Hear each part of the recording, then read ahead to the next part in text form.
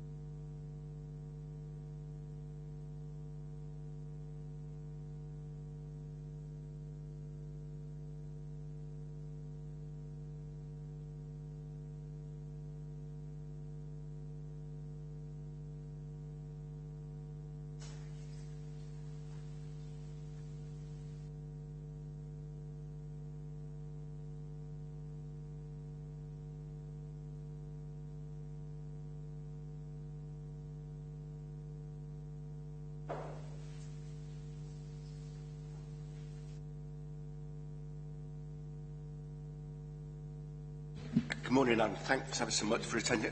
Are you happy for us to refer to you as Anne? Yes, that's great. Thank you. Thanks ever so much for attending. I think we'll take it that every member of the committee has read all the papers. But so before we go into the questions, is there anything you want to update us on or brief us on to make sure we're all aware of the system? So John here. Thank you. I guess since I did come to do the presentation to Council prior to Christmas, just before Christmas, at that stage we were intending to come and undertake a review and inspection of learning disability services. We've actually completed that. Councillor Mills and myself met last week in a meeting, and we finished that last Friday. It's probably going to take. I think we're hoping to have a report to you by the end of February, beginning of March. And then there's going to be a national report as well, an overview report. But I think, well, I mean, it'll be interesting what your chief officer thinks. But we felt the feedback was positive. Great, that's nice to hear. Straight in with the very open-ended question. In your opinion, does the action plan address the issues identified during your inspection? During our inspection or during the ACRF, the council report? The council report. Sorry, just to be clear. Yes, I had. Funny, I had a look at that. I went back and had a look at that last night, and certainly the key points, as far as I'm concerned, having written the actual report, yes, have been identified. I mean, clearly, when we identify areas for improvement or areas for development, there is a recognition that the authority might not be able to do all of those as quickly as we would like for a number of reasons, and mainly in terms of resources, finances, other challenges that there are. The key areas really are the statutory areas and the statutory things that local authorities need to attend to. And yes, I mean, it's a comprehensive action plan. It's always very good to have dates and to have timelines and to have people who are responsible for actually undertaking that action, and that's very clear in the action plan. How do we compare with the other authorities in South Wales regarding the quality of our action plans? Do you know, that's a very difficult question to answer, Councillor Mills, because I am the lead for another local authority in South Wales. I don't have information in relation to other local authorities in terms of their action plans, so I find it very difficult to respond to that, apart from the fact that I've been around for quite a while. I've worked in Care and Social Service Inspector for quite a while. I have previously, over the years, been lead for other local authorities, and I would say that Torvine stands up with the others. But that's that's a fairly general comment. I can't be any more specific than that, I'm afraid. One of the things when we were discussing this yesterday in the pre-agenda meeting, we wanted to know basically, do you discuss action plans and monitor the progress of your inspection framework? And like you said, you would like timelines put on it. How do you monitor to make sure that the authority is doing what we said we're going to do when we were going to do it by? We have a programme. We have an annual programme that I come and I meet with heads of service on a 3-monthly basis. So I sit down separately with head of children's service and head of adult services. I'm due to have a meeting with them next Friday, which is our spring meeting, and we would go through the action points or the areas for development as well as the areas for improvement. And I guess it's really important to say that where there are areas for development and improvement in either adult service or children's services, when I present that to council, some of the information is probably about 12 months old, you know. And I know, because I meet with them frequently and we do review those, that progress has been made. So there is that. Where we have any casework, sometimes I will have maybe families, parents, individuals ring up and want to speak to me about particular cases that they're not happy about for whatever reason, or they're challenged or they're frustrated about. So I find that out from the public, from the people in Torvine, and then that's obviously checked. I would ring if I've got some issues. I would ring Keith or Jill if there are particular issues. But formally, we do meet on a 3-monthly basis. We also have an engagement with the senior management team, and that includes Sue. And that's we do those three times a year as well. So it's ongoing involvement. And then besides that, we come out and last year, for instance, at the beginning the end of last year, we're in 2016 now, I did go to, for instance, the Family Focus Group, and I spent a day with them. I intend to visit the carers group. So we get from a number of strands, really, and I certainly feel in Torvine, I mean, I've been here for a couple of years now, there's a very open and transparent relationship with the officers in Torvine, and that always bodes very well. And again, I think when Sue was doing her introduction to the ACRF prior to Christmas, one of the things that she was saying was that the local authority obviously do a self-evaluation, and the evaluation and the evidence that I gathered to put this report together absolutely supported what the chief officers were saying in relation to what was good, what the challenges were, what could be improved, what you'd made really good strides to do. So we're very much, I think, in line with the way in which we think and the challenges that there are that face the authority. So it's not a case of, oh, you told us everything okay. We as a committee, we're always very keen when we get people like yourself come in, or officers come in, rather than just say, yes, it's going well. Give us evidence that it's actually going well, because I think that's the important thing, because we can always sit around the desk and say everything's fine. We need the evidence to show that it is fine and things are improving. Yes, I agree with you, and I don't think that that's something that does happen in Torvine. I mean, I think, for instance, when we gave the very emerging findings last Friday morning to the local authority, to Sue and her team, there were some areas in that were better than others. Some areas where you needed to clearly move forward, and you're on a journey in relation to a number of things, as you would expect. But yes, officers are always honest and always are saying, yeah, well, I never find in Torvine that there are any huge surprises in terms of what I find and what I'm hearing. Yes, thank you, Chair. And one of the things about that we in this committee and also in other committees, scrutiny committees of the Council, is that social services doesn't work in its own little vacuum. And the thing is that more and more we're talking about is that the inward is alignment with services not just within the council, but also provided by other statutory providers and also third sector, even commercial organisations.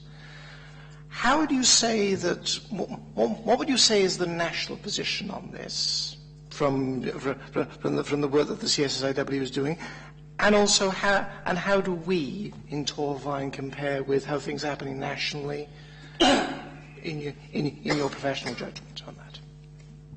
I mean, again, I think, Councillor, the same applies. I'm not in a position to be able to comment nationally, but what I can do is I can, and I've got first-hand experience over the last couple of weeks, in fact, about Torfaen and how, in fact, it aligns itself with, for instance, Torfaen Voluntary Alliance, with the independent sector, and I mean there are a number of examples that I could give you. For instance, one of the things that we did last week was, over the course of the 2 weeks of inspection, we met with a number of independent sector providers of domiciliary care supported housing, particularly.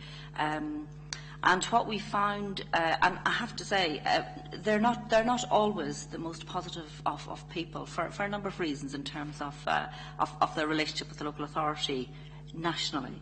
I have found in Torfaen that they were extremely positive. There were a number of innovations that they felt they could actually bring to the table, because what I was saying was, well, if you've got all these great ideas in your head and we're talking about better use of communities, more use of universal services, social services and people who are vulnerable being everybody's responsibility, not just social services. And they had a number of ideas that they felt and had actually come to a head of service with and the local authority with, and were progressing. And I think that that doesn't happen in every local authority, and that to me talks something, or says something about the mature relationship and the very open relationship that there is with providers, albeit that I'm sure there are challenges. I think as well, more council-wide, in terms of things like social enterprises, I think you've got your community connectors. I think that they're very much the linchpin in some ways between social services, statutory services and support services, and the very low level but very important support that people in Torfaen need, who may not now be eligible for other support. And it's just hugely important to be able to create and to develop those things. And I think it's that to me is about a Torfaen-wide responsibility, and I think that's something that is being developed and needs to be continued to develop if you're to meet the needs of people who need support. Yeah, it was interesting because one of the things that this committee has looked at, and also other committees has, is sometimes about the joining up of services. Our particular, but one that we've looked at particular, is things like communities first, families first, Flying Start. It may be in there because it's area based, but it might not find the people who are outside those areas, and that's something which has concerned us greatly. That there's that sometimes because certain things are area based rather than people based. Would you say that that's a challenge which which the social services and other parts of councils need to look at even more? I mean, I think there is always a need to do that and to further those opportunities. I think you've launched your early intervention strategy, didn't you? Is it early intervention? Wasn't it? And I think the key thing now, actually, to develop that further is to actually to look at how, in fact, that strategy is going to be implemented. It's about how you're going to move on that journey, and I think that's going to be absolutely key for the authority to do what you're referring to.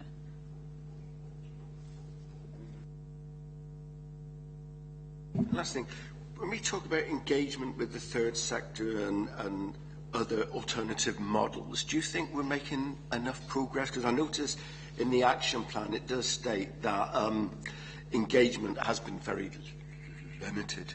Do you think we're making enough progress? I think I think you have a key player in terms of Torvine Voluntary Alliance.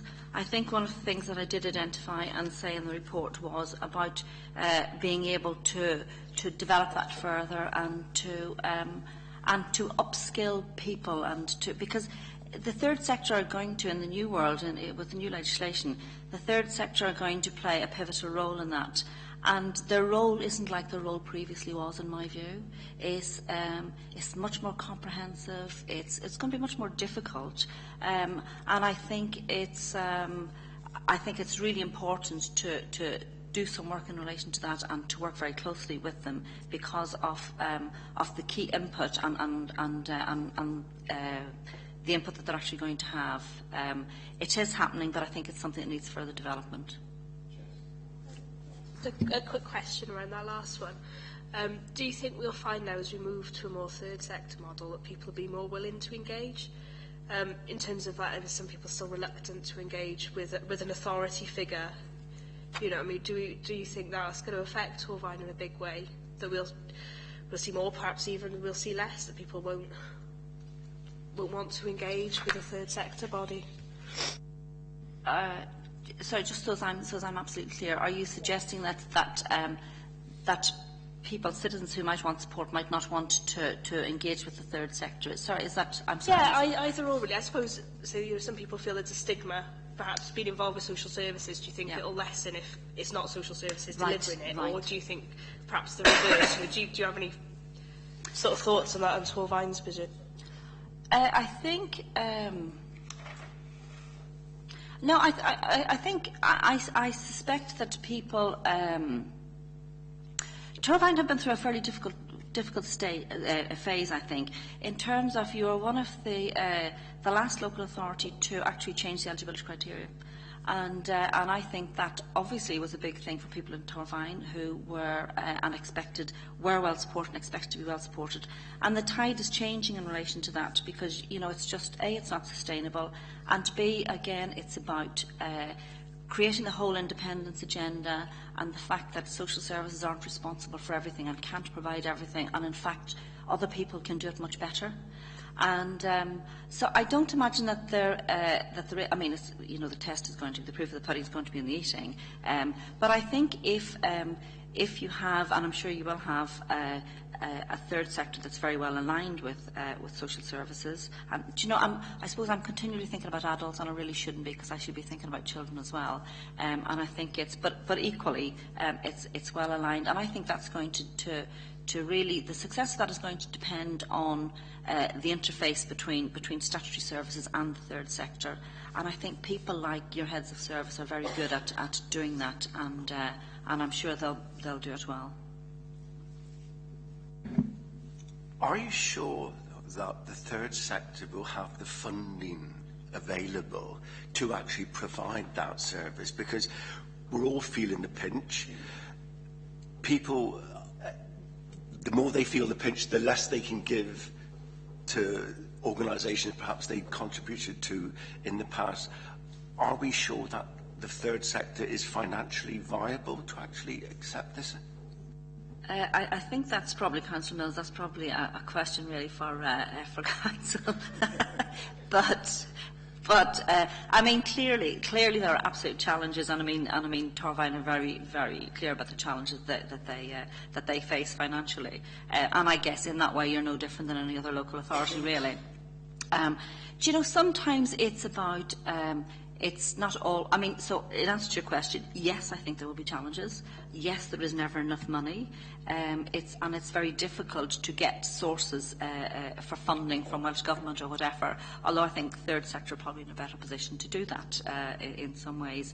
But it's about changing the way in which you do things. So it's been more innovative in your approach. It's not thinking that the way in which we did it was okay. There are better ways which aren't always more costly, but it's just about thinking outside the box.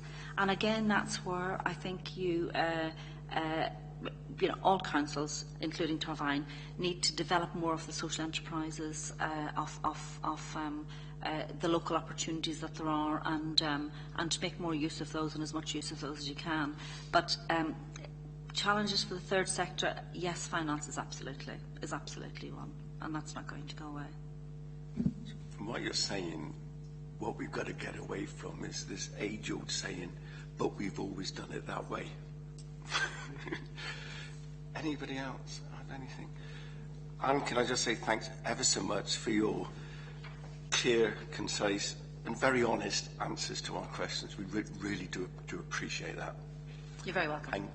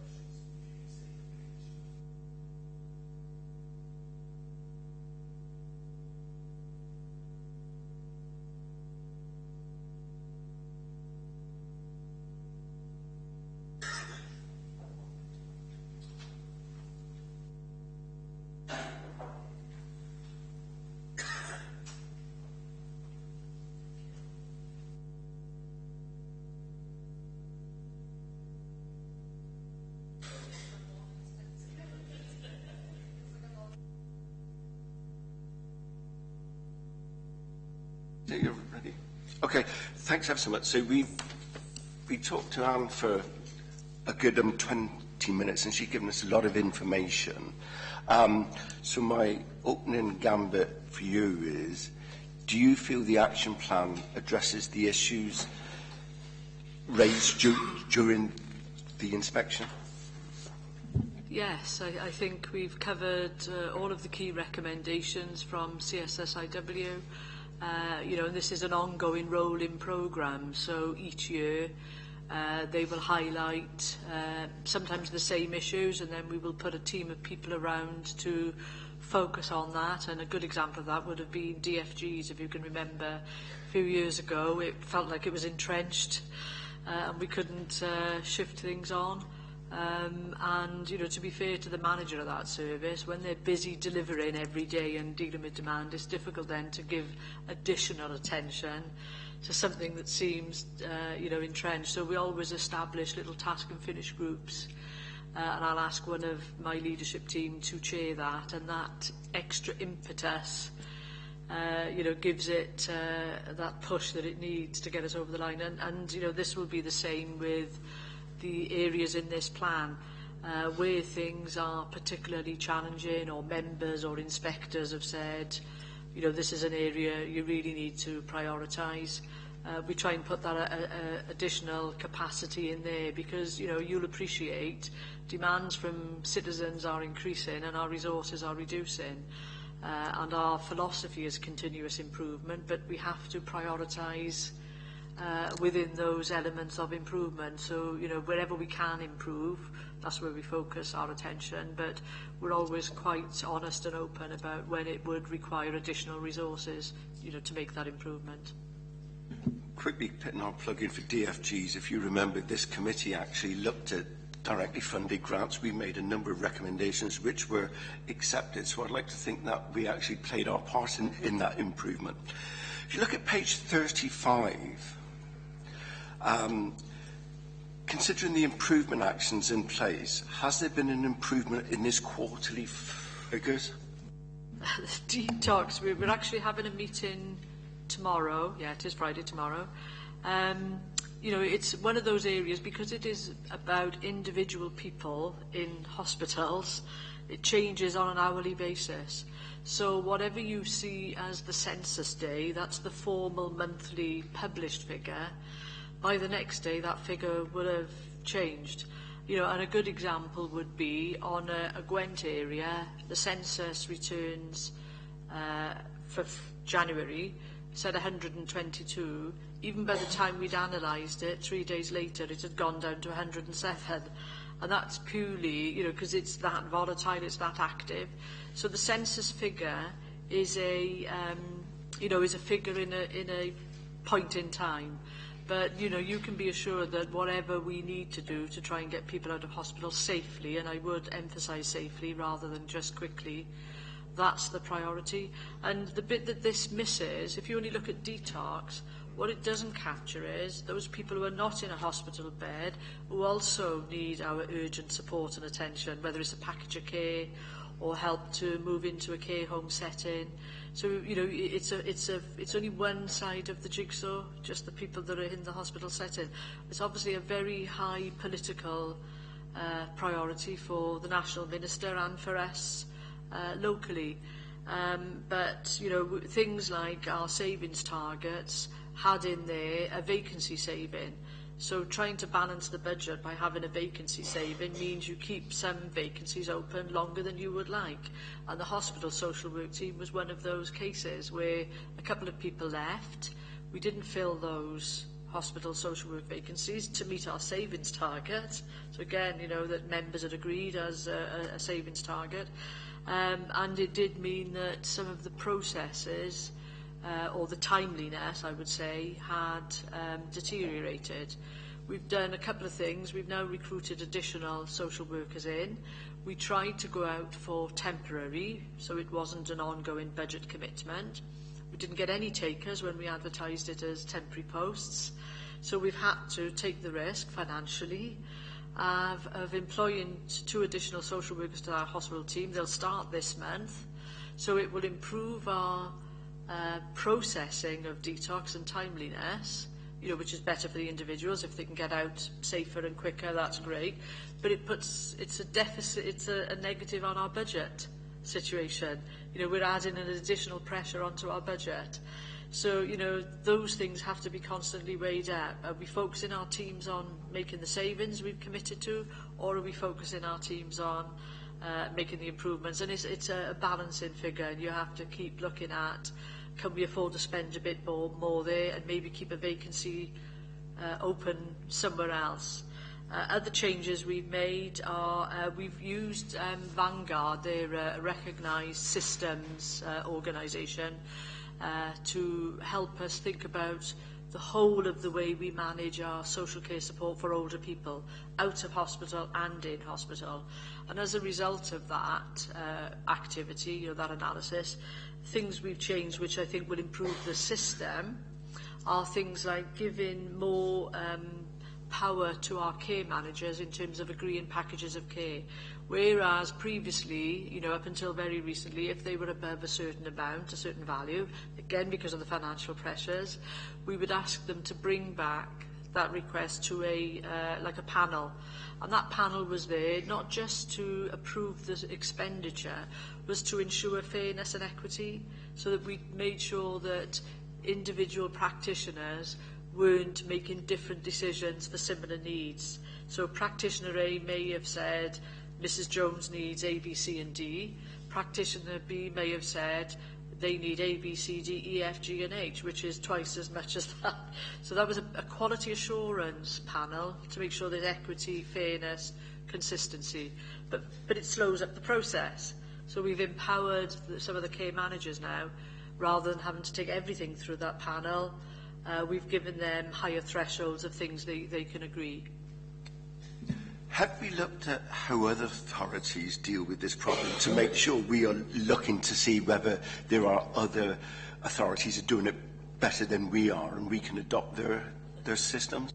I think what's fascinating about detox, if you think about a person, and usually a nurse, on a very busy ward, they have the opportunity to select out of 88 different categories, some of which will be health related, some of which will be social care related. And if you're a very busy nurse whose primary function is to look after and provide care to those patients, you're probably not going to be sophisticated enough to really assess what is the right category. So we know there are significant issues in terms of consistency of the way detox are recorded. It's a national issue. I mean, I chaired a national group 2 years ago. We published a report and said then and recommended to Welsh Government those detox figures the analysis and the data needs changing because it doesn't make sense. It's not fit for purpose now. You know, it takes an awful long time for those changes to happen. Welsh Government have promised to look at those, you know, the way detox are recorded at the minute. And from April, we have to record live data every day. So it's in everybody's interest to make sure that the right information is recorded. So that's you know, we're working. There's a Gwent-wide group working. There's a national group working to try and make, because you know, it doesn't do any of us any good if we are putting figures down that make us look bad. When we unpick it, we actually realise that other people are interpreting it slightly differently. So you know, that's more work. And I guess for me, my assurance is it's about what is the quality of the care and the care planning for those individuals. That is the primary important thing. The number we have to look at, obviously, and if the numbers keep increasing, we have to be concerned about it. But there's nothing others are doing. Now, the difference others might have is if they've got a bigger relative budget, they'll be able to increase their fees. For providers, and you'll know that some providers in Torfaen now no longer accept the council's fees, yet we're still in the highest quartile of fee payers. So it's not that we are low payers, we were 5 years ago, but we've remedied that. But any way that we can improve, you know, so some of the system improvements that I've suggested there, that will improve, but you know, it won't change, if you like, the demands on the system across health and social care, which mean more older people are becoming sicker, living longer, the entry into hospital is probably more regular, and the system is at, you know, full capacity, the whole system. So it's very difficult to, you know, agree that move on. Sue, sorry, you mentioned earlier you were bringing a company, Vanguard, in. Will there be a report from them, you know, that we can see what is happening at all with it all? Yeah, it's not done. It's not done in a sort of like an audit. It's a completely different approach. When you use Vanguard, they are with you, immersing themselves with you in the business. So it's a learning process you go through, where you unpick everything. So you don't produce a report. It's not like an audit coming in. It's an experience. That's the best way I can describe it. And you use your Vanguard experts to take your practitioners, your managers and your head of service through a learning process. And it's things like reading case files. So you're looking at what happened to people, what's happening. So it's not as simplistic as saying we've audited things, so there isn't a report, but what we develop out of it is from that learning, we think, okay, we need to change this or we need to change that. And we don't worry about, is there a formal report written? Because that's one of the learning bits. What Vanguard tell you is, so many organisations, public and private, rely on like business cases to make logical, objective assessments of what's happening and make decisions. And by the time it gets through to the top and back down again, that's one of the difficulties in making change happen quickly. Whereas if you involve those practitioners in understanding the problem and look at the clients you're serving, do that unpicking together, you make the changes you go along. So it's an iterative process. You don't wait until a report is published and makes recommendations. So it's a completely different way of, it's almost like learning on the job or an apprenticeship, that sort of thing. Okay, so I'm conscious I don't want us to get bogged down on the one subject, so Mike, can you come in? Morning, Sue. My question comes from page 38 and also an email that you sent out earlier on in the week where how were you able to raise awareness of local providers effectively when the providers withdraw from the market? You know, it's a real challenge, and that's not just in Torfaen, it's right across the UK actually, not just even in Wales. You know, I mean, when you provide care as a provider, it is a very specialist role. You can imagine it, you've got the most vulnerable people in society, and you're dealing with very intimate procedures and, you know, difficult issues with people with very complex needs, and it's very labour intensive. So an organisation who comes into it with a view that they're going to make large profits you know, probably after a few years, and this isn't the case in all circumstances, but after a few years realises it's not an easy way to make money. And if businesses have come into it purely from this is a business I'm interested in, I'm going to see how it goes, you know, many of them will leave the market after 4 or 5 years once they've realised that it's really hard graft. You're dealing with highly complex needs that individuals have. It's a high-risk business because anything could go wrong. And if you think about it, you're providing care to people in people's own homes. It's not like on a ward where you've got staff that can supervise what's going on. You have to have high levels of trust, training, and good mechanisms for reporting back. So you have to invest in that infrastructure. And again, I think some businesses, and I'm not suggesting this particular company, I'm just talking globally, naively think that it's, you know, an easy business to get into and there's a lot of return on it. So, you know, what we're trying to do is encourage not-for-profit organisations, if we can, so that the business philosophy, if you like, is slightly different. Now, everyone still needs to make a profit, because you have to make a profit to reinvest, so whether you're a third sector. So when we say not-for-profit, it doesn't mean we want people doing things on the cheap, but we want them to come with the philosophy about they're in it for providing the best quality care they can. So I think what we're trying to get across is, when we were discussing it yesterday amongst ourselves, we were concerned that if you get less providers, then there's less competition, so therefore they can up their prices, because if you had 5, you're going to pick 1 from 5. If you've only got 2 providers, they can fix the prices amongst themselves. Are we making sure we're not getting in? Well, what we do, we've got, if you like, we've got 3 elements of personal care. One is our in-house service, so they're our directly employed staff. We have a number of block contracts, so they are big contracts with a large number of providers. And then we've also got spot purchasing, where we've done their quality assurance, so we've checked their fit for purpose, so they're on our framework. And then we use the dynamic purchasing system, so when a new package of care comes up, so we identify a new person, we go to the market and say, you know, Mrs. Jones in Abersaca needs this level of care, this is her care plan.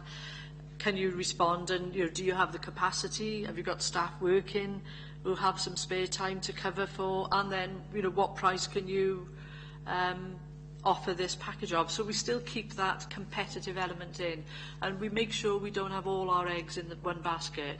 So, you know, I can't remember now how many providers, but it's at least 30 that we have working with us. You know, it's a significant number.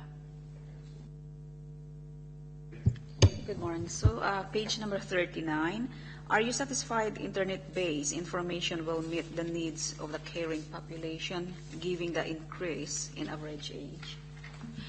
I think carers is, you know, an interesting phenomenon, and, you know, having personal experience of myself many years ago of being a full-time carer, you know, a lot of people who we would recognise as carers don't see themselves as doing anything extraordinary. They see it as a family duty, almost.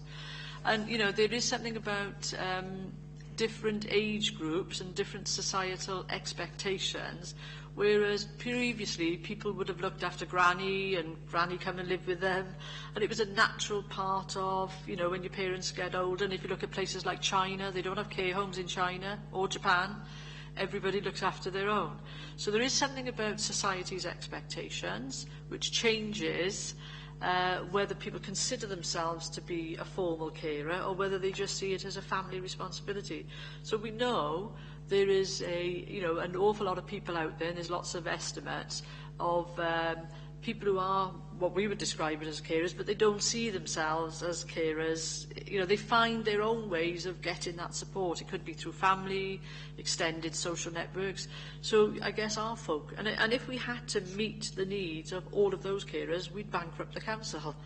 So they are part of society's contribution, if you like, to mankind, I suppose. It's like when some of us may go into schools to help children with reading or do babysitting or childminding. It's part of that hidden workforce out there. So there's lots of stuff happening that we won't know about. But I guess our commitment is to try and make sure that for those people that haven't got those other networks, where they do need the council to help, that the first thing they have is at least information about what's available and how do they get it, and have they got things like benefit entitlements, and do they know about that. And again, there's a two-pronged approach. There's one which is the website type approach, and younger people coming through will be well used to getting all their information through a website. But we have to remember that there's an awful lot of people who are not digitally aware, who don't have access to computers. So you still have to have, posters in GP surgeries, in information and council buildings. You'll have seen them in the lifts. So, it's almost like trying to raise that awareness, both digitally and, moving forward to meet the next generation's needs, but also recognising a significant number of people still rely on telephone conversations with care workers, coming to the council's customer care centre, posters, general literature. And the third sector are great at helping us with that, transferring the message around. So there's always more we can do. That's great, because I think what concerned us when we were discussing this was when it said it's a user-friendly internet-based system, and we were thinking, oh, hang on, not everybody's on the internet. Sorry. If I could just make a personal comment about this, having been a carer myself. Yes, it is a difficult thing, as you said. There's this sense of obligation, and then sometimes you just feel, and then something will click. And in my case, it was seeing a poster in the old rent office in Cwmbran for the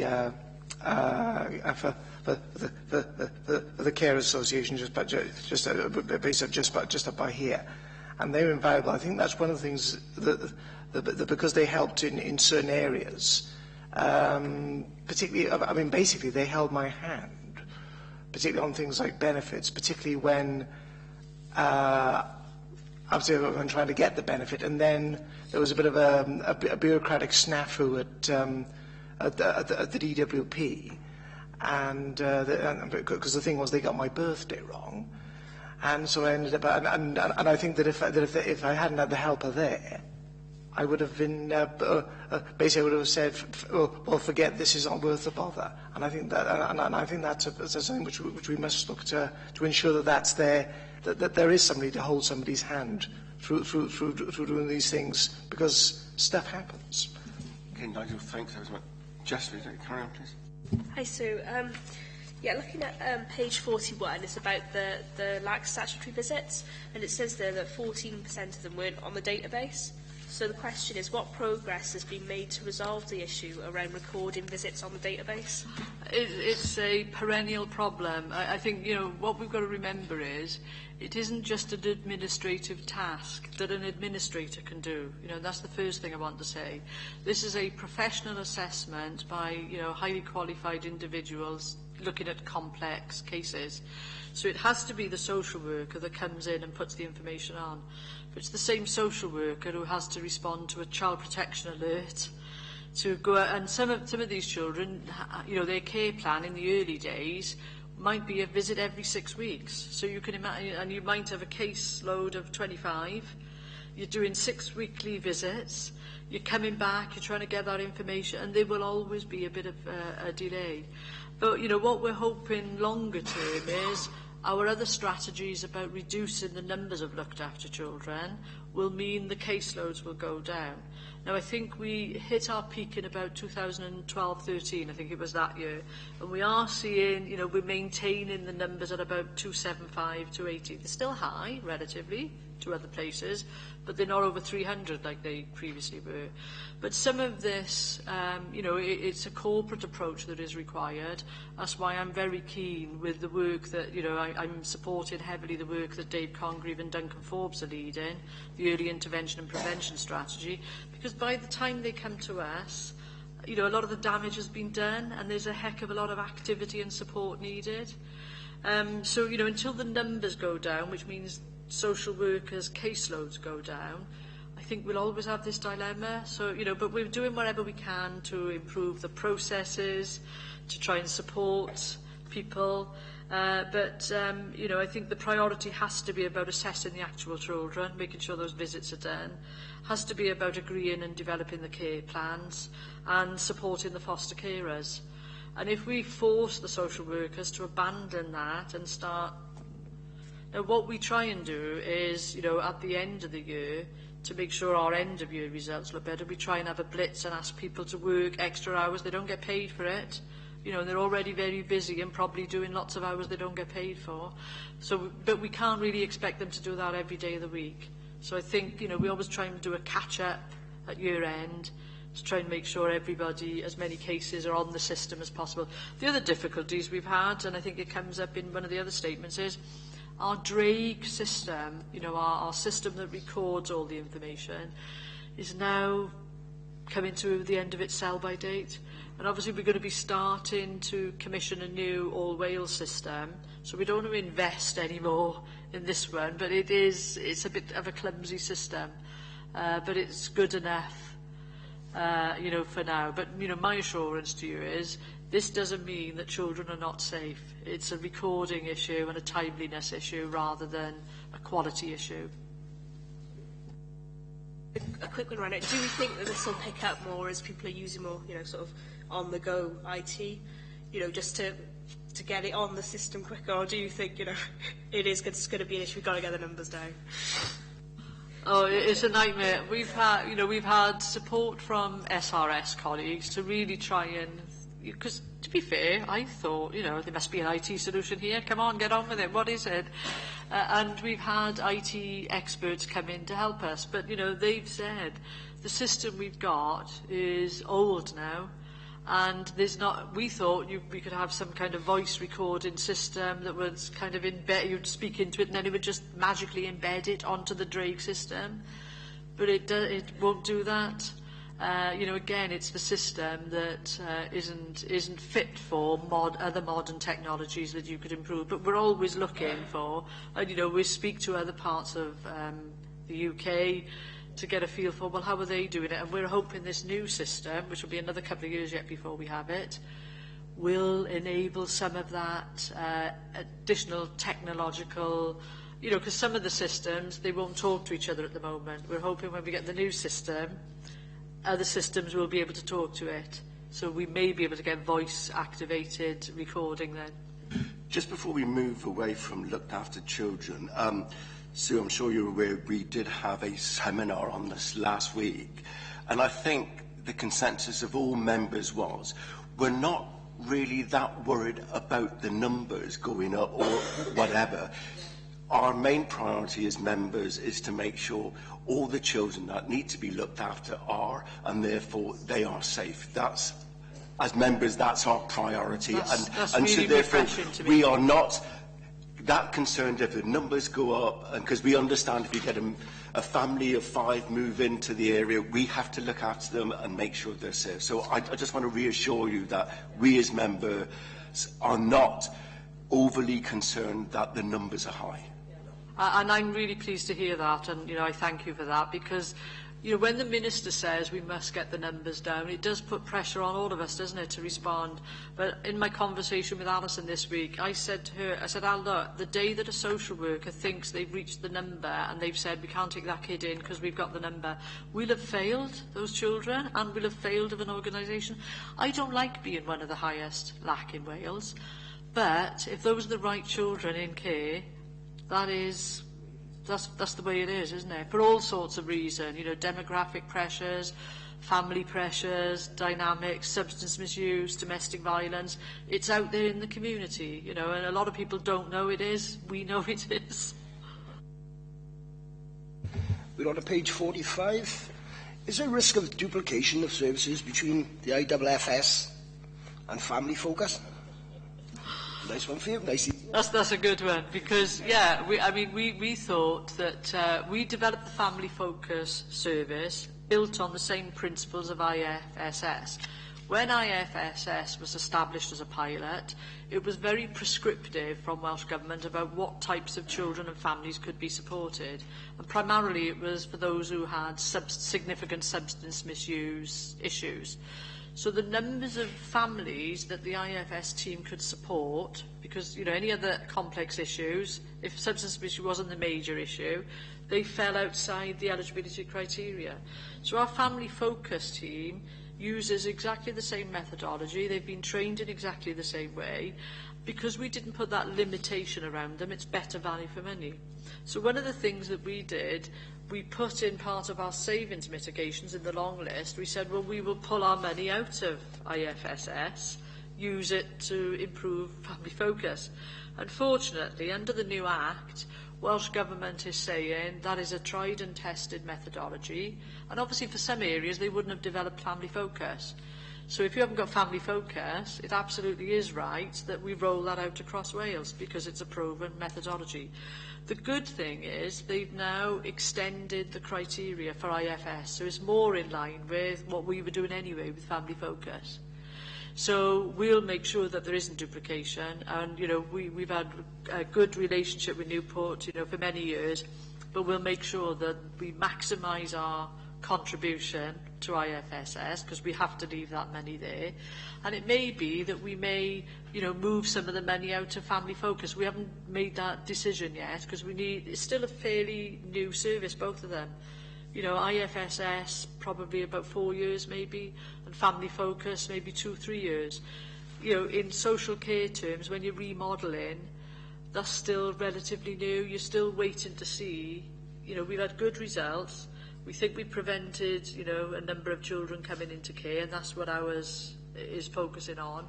So as well as supporting those who are in care, which is IFS, we're trying to make sure we focus on preventing them coming into care. So it's all part of our prevention strategy. So no, we make sure there isn't any duplication.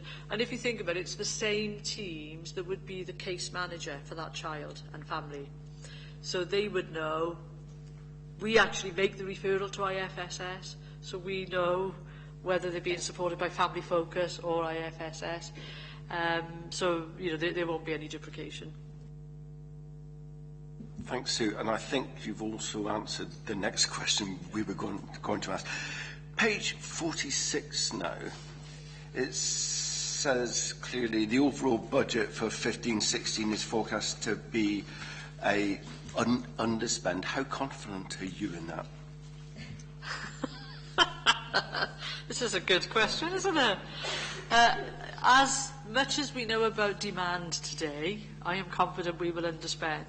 If you try and say to me, how big is that underspend, we only need to get a family of 5 children come in, or like happened last week, suddenly an unaccompanied young person had to be accommodated as an emergency.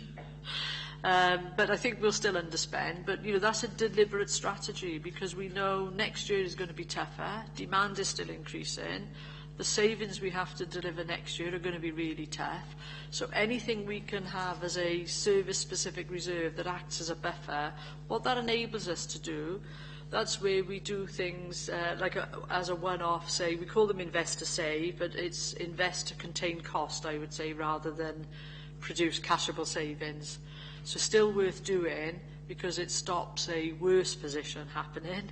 So a good example would be if, you know, let's do that analysis. Is it worth us using some of that slippage to increase the capacity and family focus? We'll have a look, and that would be a good way of putting some additional funds in for a year, see what impact that has without making, you know, longer term commitments. So, you know, we need some of that reserve to do some of those developmental things because the core budget and people's operational budgets are just taken up with the demand that they're dealing with today.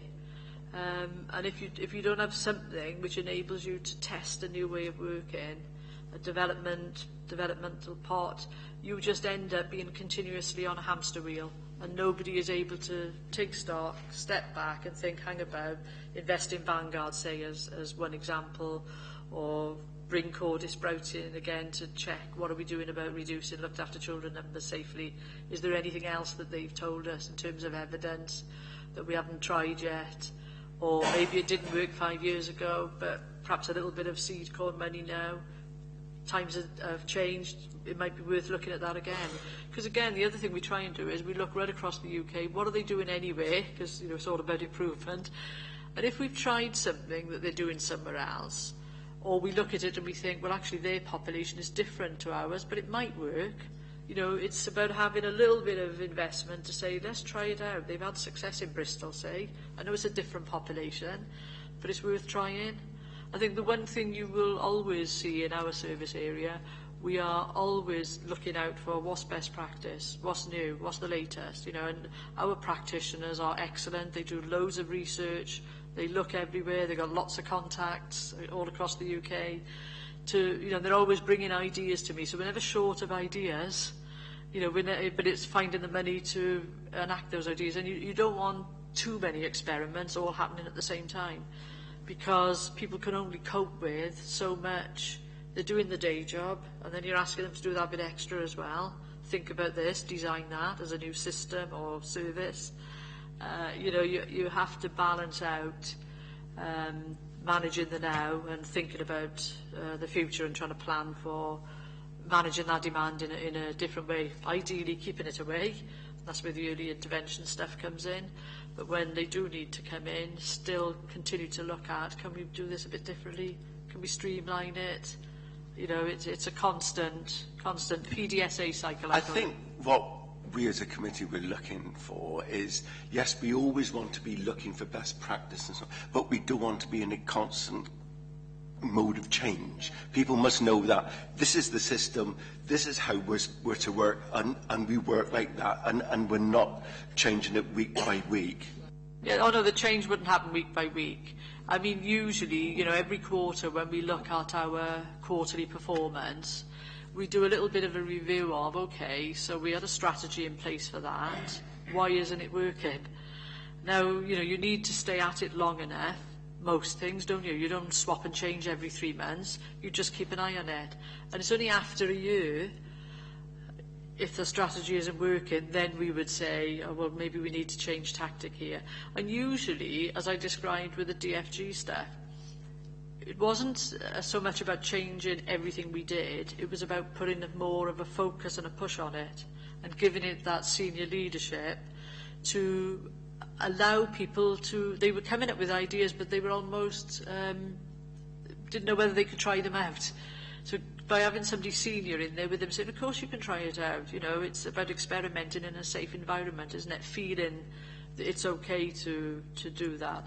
But yeah, we're very careful about managing the demands on our staff because it's a very high pressurised environment. Just quickly, before we move off this subject, just to let you know that when we as a committee have been out and we've spoken to staff, one of the questions we always ask them is, if you have an idea, do you feel confident that you can go to your line manager and express this idea and hopefully it will be taken seriously? And every single member of staff we've spoken to have said yes. So that is reassuring for us. Nigel, do you want to kind of incorporate 9 and 10? Yes, it was interesting. Staff saw at page 47, and in the last paragraph you state the development of alternative models across voluntary sectors also being explored, such as, for example, social enterprises. But you state that engagement is limited. So it'd be interesting to know why, and also about how we can improve this. And engagement isn't limited, in particular to developing new organisations. You know, we're not seeing people knocking at our door as a new organisation or a new person outside with a new idea, something innovative that would lend themselves to a social enterprise. And what we're doing, we've got very close contacts. I can't remember the lady's name, somebody in economic development who's got a special interest and expertise in social enterprise. So anyone who knocks at that door, straight away we put them in touch with her so that she can do that business support. You know, this is how you go about do the viability, the feasibility assessment, you know, is this a goer? So they'll come to us with we think we can do this, whatever this is. They'll come to us to ask, is there a need? We will say, well, it hasn't been identified to us as a need, but it may be worth you know, speaking to the social enterprise lead to see, is this a hidden issue that hasn't come to our door yet? So from a business point of view, for them to see, is it worth me progressing this? We give them that the other parts of the council, give them that practical support. But, people are not knocking at our door saying, I've got this wonderful new service, I want you, a lot of organisations who are knocking at our door are the quite expensive, expect a profit, offering things that we can't, very specialist, highly costly residential type services that we really haven't got the resources for that, and it isn't the model anyway. So one of the things we're trying to do by bringing Garvo and TVA onto the regional partnership board, we're trying to use them as the umbrella organisations to do some of that, stimulating with the third sector, the existing ones we have, for them to perhaps think about developing alternative models. So at least it's a trusted organisation. They're already working in the area, but could they perhaps diversify into other things? And I think the thing that will help us will be, as a regional board, we will have to publish, by the end of the next financial year, our population needs assessment for those people who have care and support needs. And I think out of that, potentially there may emerge gaps. And that would be where we would try and promote those gaps as almost a, use an opportunity here. We'd be interested in, not-for-profit organisations coming forward and thinking about could they respond, what could they do. But, that doesn't exclude businesses that make profits either, because I'm not against profit. I think it's a necessary part of business. But it's about reasonable profit, isn't it? And I think that's the issue, about making sure you've got enough profit to be sustainable, but not have, directors driving around in, Jaguars. And, I think that's the issue that we've had previously. Just quickly, Sue, I asked Anne about this as well. From a service user point of view, are we confident that we're sort of pushing the third sector? Do we feel there's any risk around, people maybe feel there's a stigma being involved with social services, so would want to be more involved with the third sector, or alternatively feel, I don't want to go to the third sector because I don't think they can deliver as well. Do you think that we need to have a shift in how we think about it to push the third sector, or do you think it's not an issue? One of the things we're trying to do is through that focus group, the steering group that we've established, it is to try and make the third sector where it needs to be more business-like. Some of them are brilliant, and let's be honest, some of them don't need any promoting. They're very good at it themselves, and we want to encourage that. Because I think if there are services and support that can be provided at a very reasonable cost that most people can afford, even if you're on benefits, because they've done it reasonable enough, we should be encouraging that people help themselves. They don't need to wait for a referral to social services. So, yeah, I'm all for it. The more players in the market, the better. I don't really want people knocking at our door if they don't need to be there. But if they need to come to us for information and advice, that's fine. But we signpost them to the right organisation. Yes, sir. If we can go on to page 48, and it's the thing, and as I said, about the whole council priority and corporate responsibility. As you said, that every part of the council needs to be involved. But the thing is that nowadays that it's not just the council and the different parts of the council, is that there are other organisations which council is involved with. And I was particularly thinking of the EAS, and I was particularly looking at things like education attainment and looked after children, which we looked at last week when we looked at the When I'm Ready, and also yesterday in scrutiny we were talking with EAS, and we talked about their working with you on that. So do you see that? I'm looking at that particular because it's one I'm aware of, but there might be other examples as well of things that we are part of, but which are not the council as such. Do you see it as those organisations as part of what you're talking about here? One of the first things I did, once we had enough information about what the Act meant for people and therefore for organisations, I did a presentation to the local service board to make sure that all of the chief execs and the leaders working in Torfaen knew about what was coming. So that was one of the first things I did. I also took it to the corporate leadership team so that every part of the council knew about it. But in our regional board, we have a number of organisations, EIS, and under the Children and Young People's Improvement Board. I'm a member of that board, so I've described the changes under the Act there. EIS sit on that board as well. So, you know, we make sure that those responsibilities are cross-fertilised, because you're right, the name Social Services and Wellbeing Act, personally, I think it would have been better if they'd named it something different, because everybody thinks it's all about social services. But if you think about the word well-being, it's everything. So it's housing, it's the voluntary sector, it's leisure.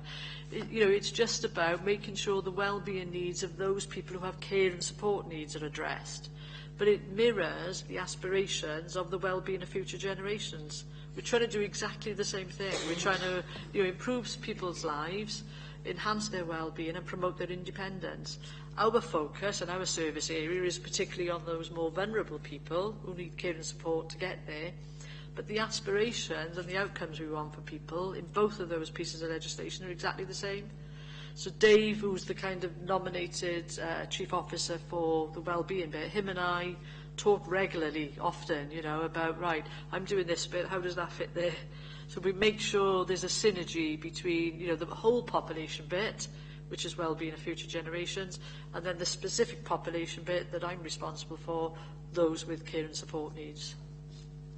Again, Chair, and again, the issue is, of course, well, it's the word I keep on reading, and which we've talked about in this and other places, and that is the magic word of alignment.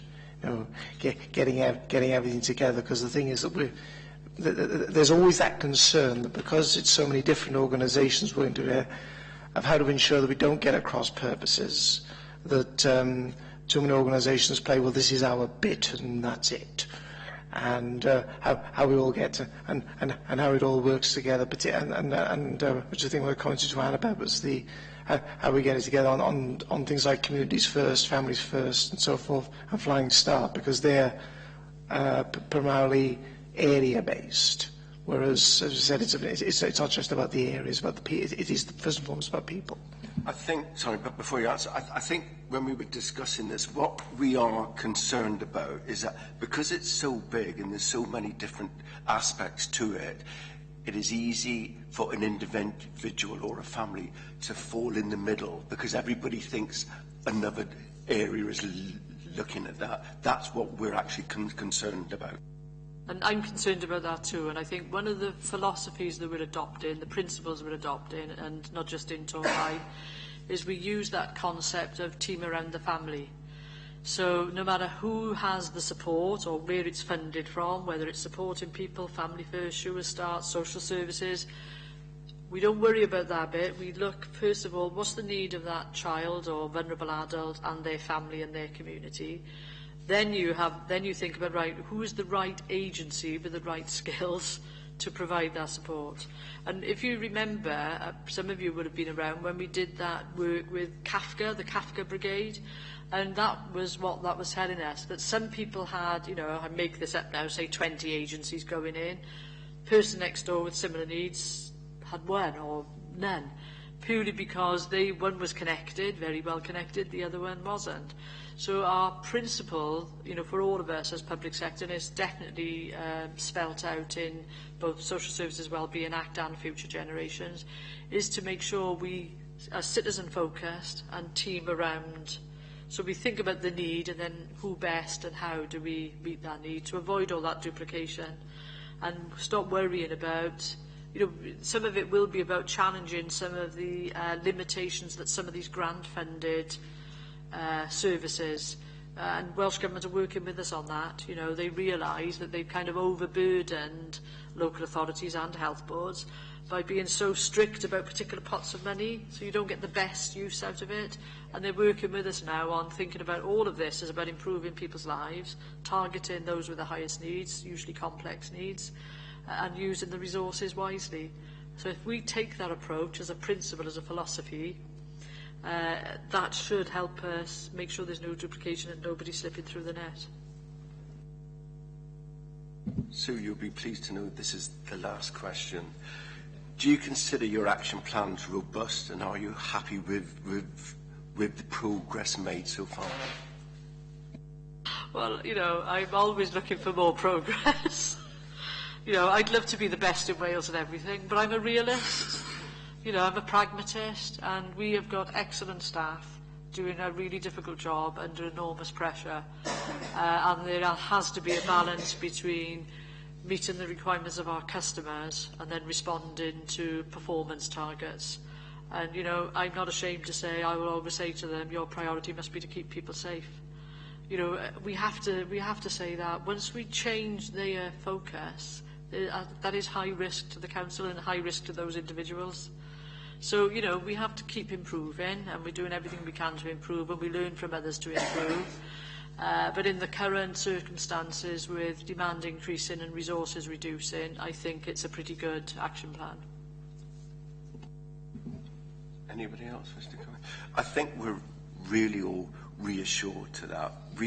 Why we would love to meet all the performance indicators and everything else, we're reassured to know that the priority is making the family or the person safe as opposed to hitting targets. Anybody else wish to come in on anything at all now?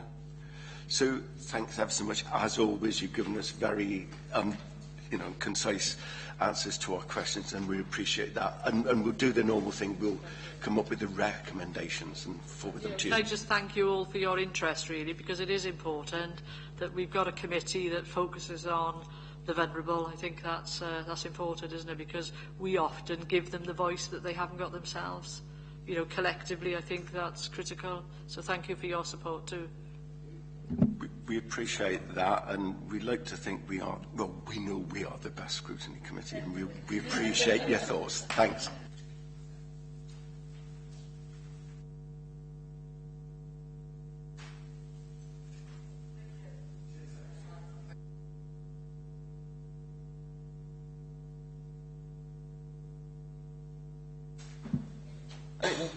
Thanks everybody for that. I think that was a really interesting, and can I thank everybody for your engagement to make sure everybody.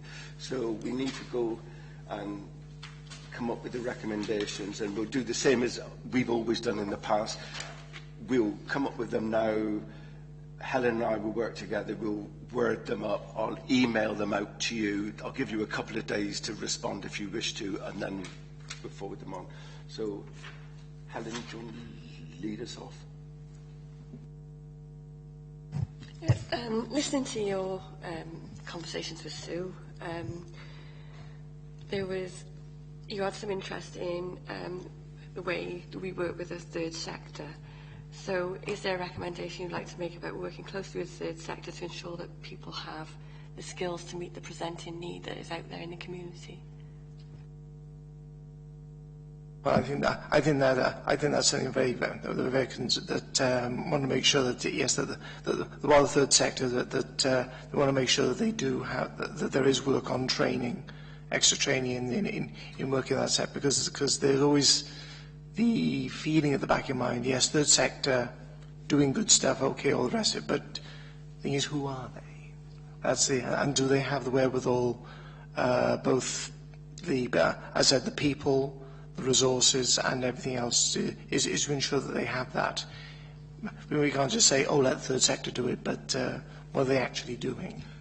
Yeah, I think what you're getting at is if we refer people to the third sector, we don't just close it there. We make sure that the third sector are providing what we want them to, and we continue to make sure it happens, if we can word it that.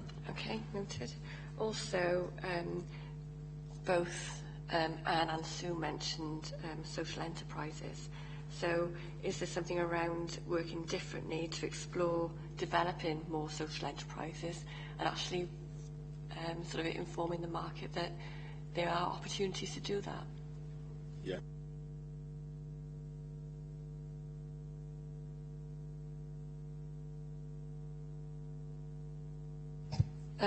Sue mentioned, I think the chair mentioned the work that we did around the DFG service, and there was a task force team put in place, or a task and finish group put in place. We spoke about an ongoing problem, or Sue spoke about an ongoing problem with the data entry around statutory visits. Would you like to recommend that a task force team, or whatever they call it, sort of look at that situation? Just for those members who weren't on the committee then, when we looked at DFGs, we came up with a number of recommendations. They actually accepted them, and they implemented them. So, you know, we take a lot of the credit because we looked at it from a different angle. We didn't look at it from the council's angle. We looked at it from the the person who needed the DFGs, and we highlighted a number of areas where things had gone wrong. Not that we had found out, but what people had told us. So if you can have a similar type of task and finish group to say that, you know, you work with the staff, you say, this information isn't going on, why do you think it's not going on, as opposed to the line manager thinking why it's not working. Also, Sue mentioned they've had its Vanguard learning experience, so maybe it might be worth mentioning in that recommendation that they use the learning from that experience to help with that problem. Also, you spoke about the IFSS service and the Family Focus service. Do you want to make a recommendation to ensure that duplication doesn't exist, and that Family Focus service sort of focuses on the prevention side to prevent children from becoming looked after? I think it's having clear definitions to make sure that each of them know what the other one's doing, to make sure there isn't the duplicate. And again, nobody falls down the middle. So if we can word it like that, please. Okay, noted. I think that was all I picked up on. So if anybody's got anything else they would like to add?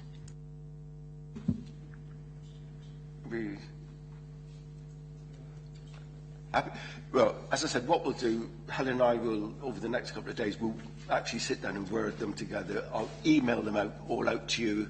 It won't be by tomorrow, but it'll be by, say, Tuesday, Wednesday next week, and then I'll give you till, say, Friday of next week to actually get back to us so we can have it all done before the half-term break.